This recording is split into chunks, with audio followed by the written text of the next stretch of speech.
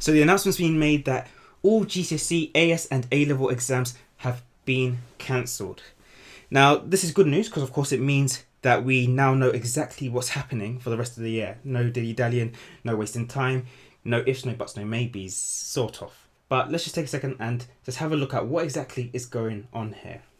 And before we start, welcome to my channel. If you're new here, my name is Nathan Hawthorne. I'm a secondary school art teacher and comic creator and artist, and I create videos all about education and art. Be sure to subscribe if you haven't already, and of course click that bell for notifications so you don't miss out on a single video. Now back to the main topic.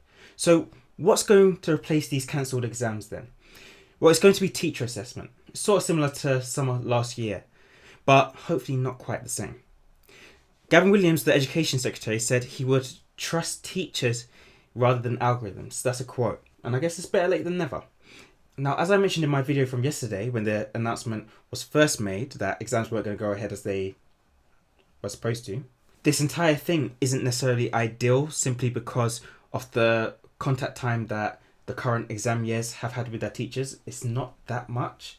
So when we compare this year's students to last year's students, they haven't had as much time in a classroom with their teachers. But this system is better than being graded via an exam when half the students haven't done half the topics or have had different amounts of learning because of self-isolation and stuff like that, and school closures.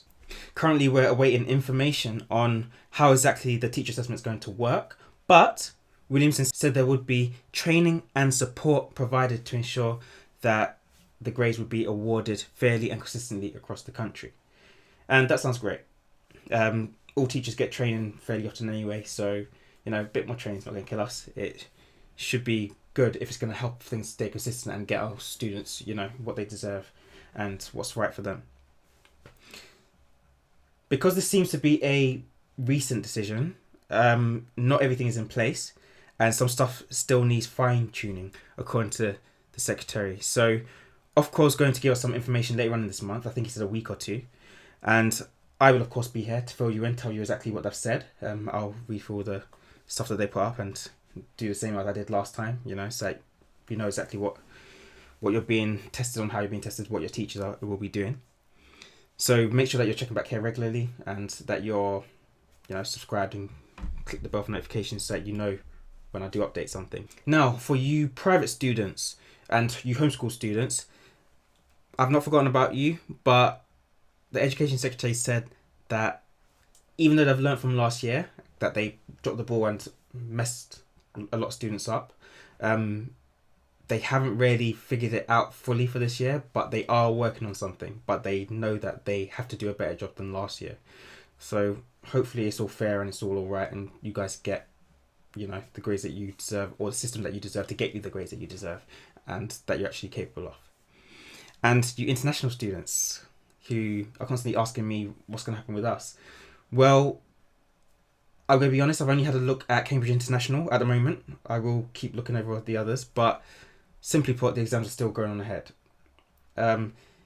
This may change, so it's not certain, but I'll just read the quote directly from their website, and this is what it says. We continue to prepare for the March and June series to go ahead.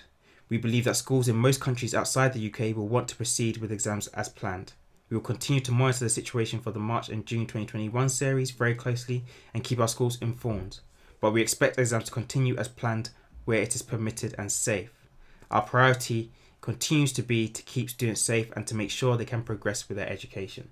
So outside of England, it looks like exams are expected to carry on, but of course we know that with this new variant, things are going to be really unpredictable. So there is a good chance that you will end up going the same way as England and Wales and Scotland and getting your exams cancelled again as well. But we'll have to wait and see how exactly that's going to work out. All I'm going to say is keep working. Everyone should keep working anyways. It doesn't really make a difference, but you may still have exams. Just try not to think about it too much. Just focus on learning the content.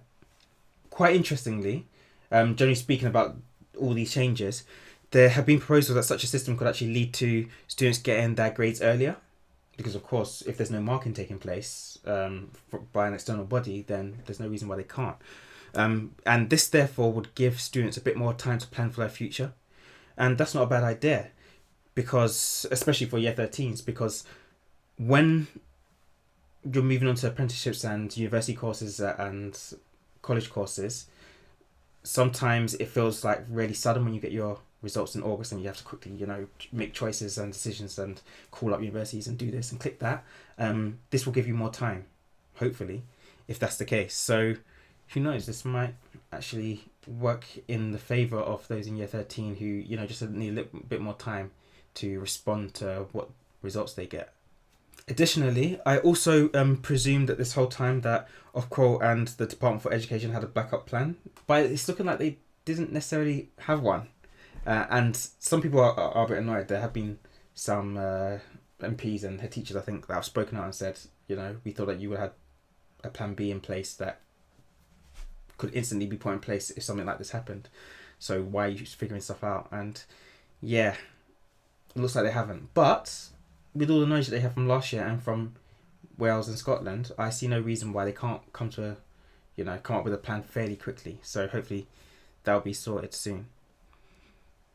Now, apparently the Department for Education is hoping that schools will open on February the 22nd, which sounds very far away, but not really. It's just around the corner. So this could be over fairly quickly. I mean, we could be back in our classrooms doing what we're doing. What do you think of that? Do you think things will be safe enough by the end of February? Or do you think we're almost definitely going to end up spending more time locked in our homes? Let me know down in the comments below. And also, as just a last point, I think it's important to note that Ofqual's interim chief regulator said that the reason for scrapping exams was, and this is a quote, "It's important that teachers and students can focus on the knowledge and skills needed to equip students to progress to the next stage, whatever form that might take, whether to college, an apprenticeship, university, or employment." And end of quote. And I think that's right. Schools are for teaching, not for just sitting there and taking exams. So if the rest of the year can be spent just focusing on content and preparing you guys for your next stage in life, wherever that may be, then I think that's a good thing. And I think I'll end the video there because I think I've touched on quite a lot of things and I don't want to overload you. So yeah, let me know down in the comments below what you think of everything that's going on. Subscribe if you haven't already. And yeah, if you hear anything that you think I might not know yet, just let me know down in the comments and I'll be sure to check it out and see if I can incorporate it into a future video. Alright, that's all for now. So thank you, stay safe, until next time.